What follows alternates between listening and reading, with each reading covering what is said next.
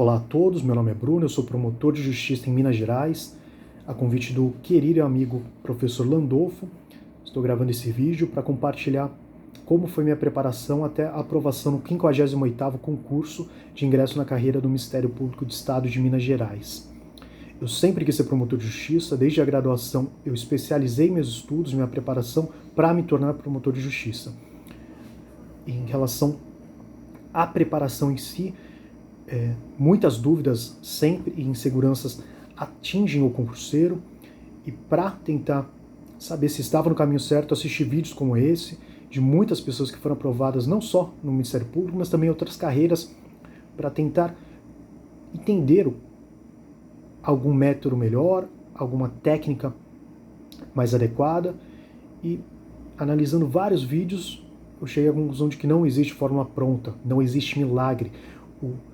elemento comum de todos os aprovados, na trajetória de todos os aprovados, sempre foi dedicação, estudo incessante. Preparação é árdua,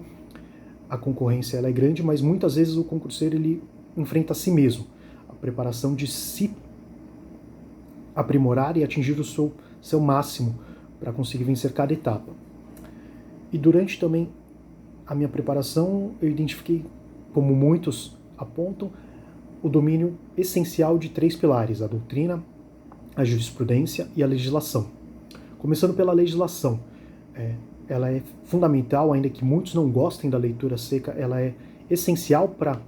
resolução de questões, para pontuar em cada uma das fases do concurso, sobretudo na primeira fase, em que muitas vezes as questões objetivas cobram às vezes a literalidade de determinado dispositivo normativo. E além da própria leitura recorrente, revisões incessantes da legislação, eu adotei uma técnica que eu entendo que aprimorou a minha absorção do conteúdo da lei, que foi a leitura acompanhada da oitiva de uma gravação dessa mesma legislação, que além de ler, visualizar, também a audição ela é ativada durante o estudo. Há muitos vídeos no YouTube, inclusive gratuitos, playlists que contêm a fala, a gravação do áudio dessas legislações. E em relação à jurisprudência, eu acho que o domínio das teses de repercussão geral, dos enunciados de súmula, sobretudo vinculantes, e dos julgados que são divulgados nos informativos, eles são, esse domínio de todos esses julgados, eles são fundamentais, dos enunciados de súmula também, dos tribunais, porque muitas questões são baseadas nesses textos, e eu identifiquei que isso aí era fundamental. Muitas vezes ficamos preocupados com o domínio de todos os julgados que são divulgados, mas o domínio desses julgados principais que são veiculados nos informativos, que muitas vezes acabam sendo paradigmáticos para determinada matéria, esse domínio é o principal, porque eu sempre priorizei o estudo desses julgados, porque sabia que se um julgado pontual, que não é veiculado nesses meios, destacando os informativos de jurisprudência, sabia que não seria essa questão que talvez faria tanta diferença na nota de corte, mas sim aquela questão que é de domínio geral, que já está solidificado em determinada matéria. E além da leitura do informativo diretamente, que é disponibilizado nos sites do STJ e do Supremo Tribunal Federal, eu acho que na minha preparação a assinatura do buscador do Dizer o Direito foi fundamental, porque além de poder compilar, selecionar julgados favoritos, além da disponibilização das excelentes explicações do professor Márcio, a realização dos simulados que estão disponibilizados na plataforma também ajudam a fixação dos julgados e dos seus fundamentos também, pois muitas questões dos simulados são baseadas nos julgados comentados pelo professor Márcio lá na plataforma do buscador do Dizer o Direito.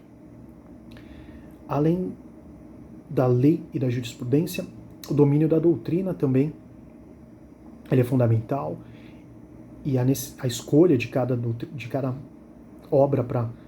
construção da base, para aprimoramento e expansão dos temas que cada vez surgem, temas novos, deve ser analisado a critério de cada um, né? Eu sempre acreditava que teria que haver uma obra específica e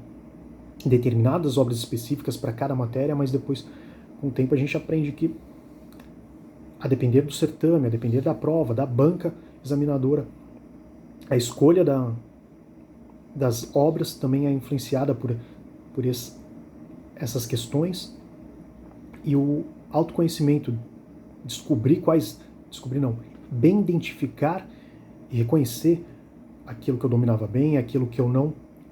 tinha tanto domínio assim, foi fundamental para saber o que priorizar, o que estudar com mais afinco e dedicação de horas e de tempo para cada uma das matérias, e dentro das matérias os temas, os pontos específicos que merecem atenção de acordo com a estratégia traçada para vencer o edital.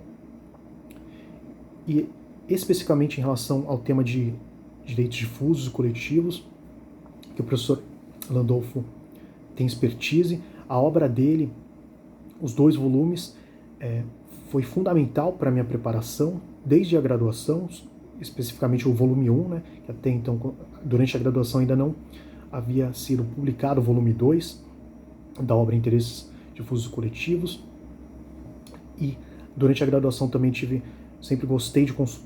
estudar as obras do professor Hugo Nigro Mazzilli, referência em São Paulo, nacional, mas sobretudo em São Paulo. E também o Manual de Direito Coletivo, Processo Coletivo, do professor Ricardo de Barros Leonel, também uma obra que eu sempre consultei. O volume específico de Processo Coletivo do professor Fred Gier e Hermes Zanetti também eu estudei bastante,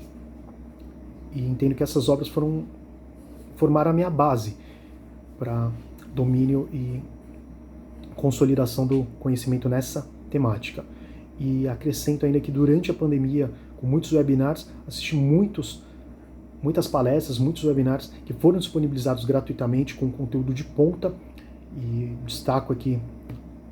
as palestras do professor Antônio do Passo Cabral, Fred Gier, Sérgio Cruzarenhart,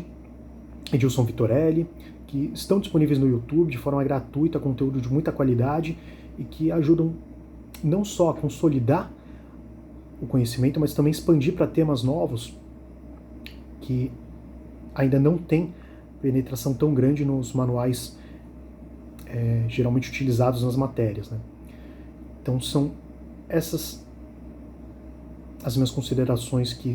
sobre a minha preparação, de forma alguma uma orientação, porque cada um deve identificar a sua necessidade, as suas facilidades e fraquezas. E além disso, o treino também, uma dica final, é que para mim foi fundamental a resolução de questões, tanto questões objetivas, também como questões discursivas, foram fundamentais também para a preparação, para colocar o conhecimento em prática e consolidar tudo que é estudado de forma às vezes passiva, mas também para acionar esse estudo mais ativo, de concatenar as ideias, colocar o conteúdo estudado no papel. Então agradeço o convite do professor Landolfo, deixo aqui meu abraço e sucesso a todos.